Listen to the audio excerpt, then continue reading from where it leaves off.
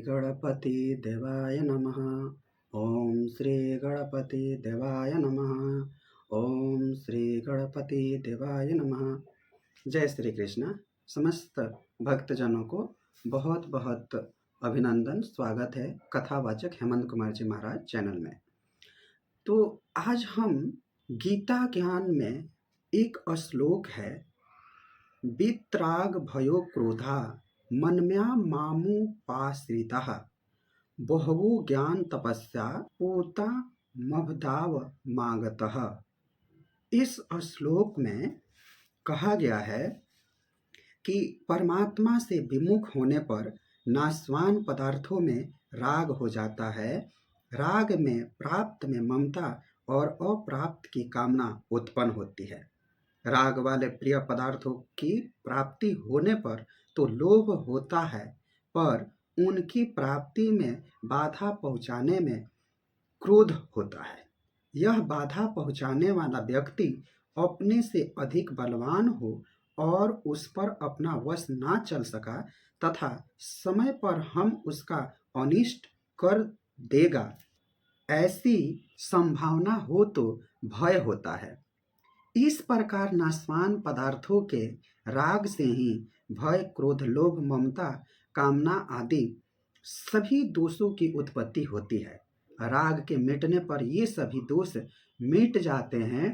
पदार्थों को अपना और अपने लिए न मानकर दूसरों के लिए मानकर उसकी सेवा करने से राग मिटता है।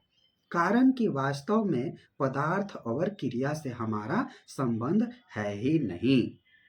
इस उपलक्ष्य में एक उदाहरण के लिए दिया गया है कि जब हम बच्चे होते हैं, जब हम छोटे होते हैं, तो हम गांव में क्या करते हैं, छोटे छोटे कंकड़ पत्थर, जो कांच की गोलियां होती थी हमारे बचपन में, तो कांच की गोलियां वगैरह से हम लोग खेलते थे और उसी को हम बहुमूल्य चीजें मानते थे।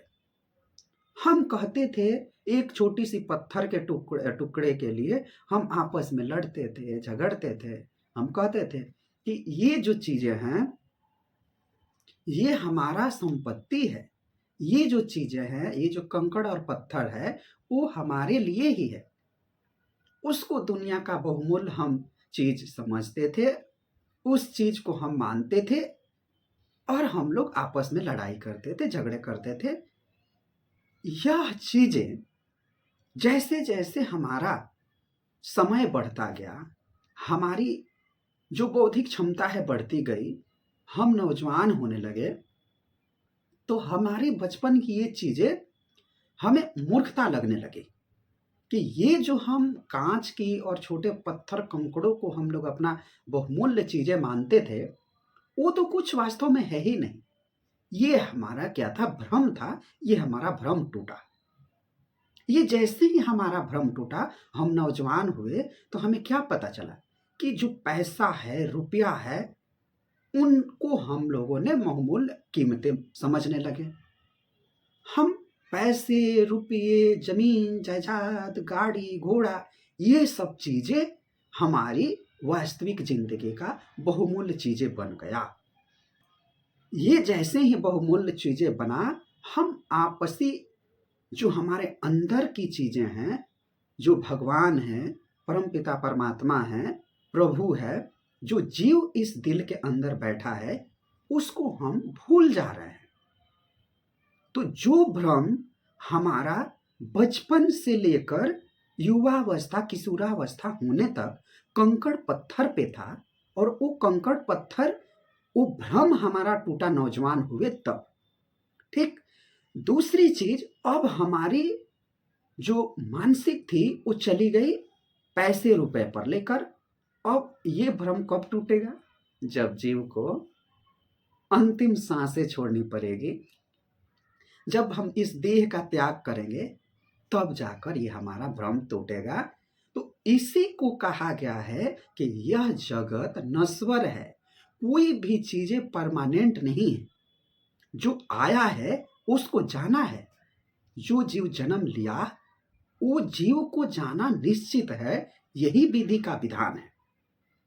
जो भ्रम हमारा बचपन की चीज़ों से लेकर टूट गया कि कंकड़ पत्थर से कुछ नहीं, वही ये हमारा भ्रम है जो हड़पने, समेटने, रुपए, पैसा, धन, बल, संपत्ति जो लगाने की हमारी चिंता है, ये भ्रम भी टूटेगा जब हम आखिरी सांसें गिन रहे होंगे। और यह कुछ लोगों का भ्रम नहीं टूटता जो लालच मानसिकता लेकर फिर से अंतिम सांसों में इन सब चीज़ों का मन में विचार करते हुए मर जाते हैं, वो फिर पुनः जन्म लेते हैं। जन्म मनुष्य में नहीं लेते, 84 लाख योनियों के किसी भी एक योनि में उनका जन्म होता है। 84 लाख योनियों की कहानी यही है कि जो जैसा कर्म करेगा वो भुगतेगा। 84 लाख योनियां जब झेल लेता है तब मनुष्य को ये जिंदगी मिलती है। यही सबसे बड़ी सोचने और समझने की बातें हैं। इसी पर यह जो आकर्षण की चीजें है वो हमने कहा।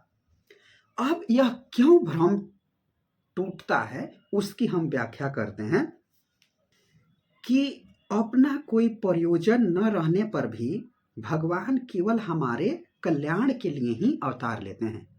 भगवान क्यों अवतार लेते हैं? चाहे वह वराह रूप हो, जो राम अवतार हो, कृष्ण अवतार हो, वामन अवतार हो, मत्स्य अवतार हो, कूर्म अवतार हो, वो क्यों हुआ था? जगत को सुधारने, जगत को चलाने, जगत को उद्धार के लिए, कल्याण के लिए हुआ था।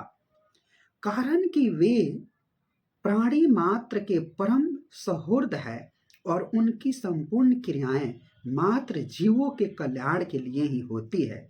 इस प्रकार भगवान की परम सुहृदता दृढ़ विश्वास होने से भगवान में आकर्षण हो जाता है।